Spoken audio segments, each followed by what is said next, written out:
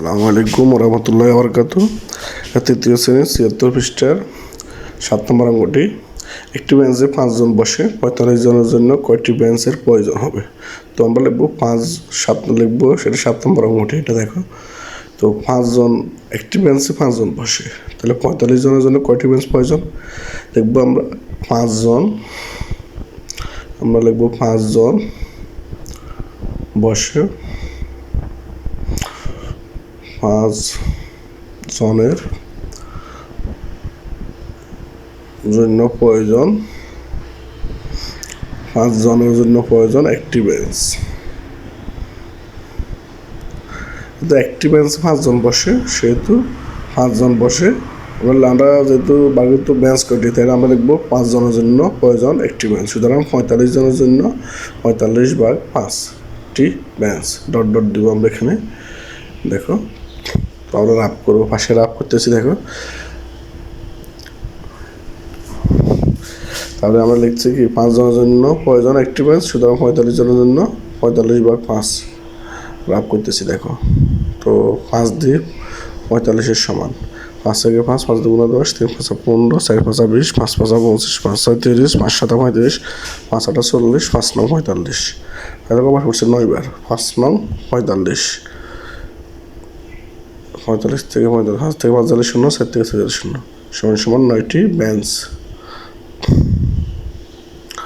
আর উত্তর লিখব, উত্তর কয়টি বেঞ্চের প্রয়োজন? কয়টি জগৎ কী হবে? ৯টি বেঞ্চের প্রয়োজন।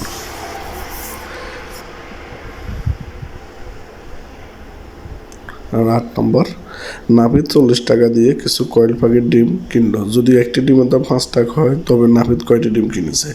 তাহলে নাপিত ৪০ টাকা দিয়ে কিছু কয়েল পাখির ডিম কিনছে, তাহলে একটি ডিমের দাম ৫ টাকা বলছে, তাহলে ৪০ টাকায় কয়টি পাবে সেটা বাইর করতে দেবো। আমরা বাইর করে দেবো কয়টি ডিম পাইছে। তাহলে আমরা লিখবো ৫ টাকায়, দেখো আমরা এখানে লিখবো ৫ টাকায় ডিম কিনে একটি, ৫ টাকায় ডিম কিনে একটি, সুতরাং কয় টাকা ডিম কিনছে? ৪০ টাকা লিখবো। সুতরাং ৪০ টাকায় ডিম কিনে ৪০/৫, ৪০ এখানে ৫ টাকায় ডিম, ৫ টাকা দিয়ে লিখলেও চলবে, ৫ টাকা দিয়ে ডিম কিনে, আমি ৫ টাকায় সংক্ষেপে লিখছি, ৫ টাকায় ডিম কিনে একটি।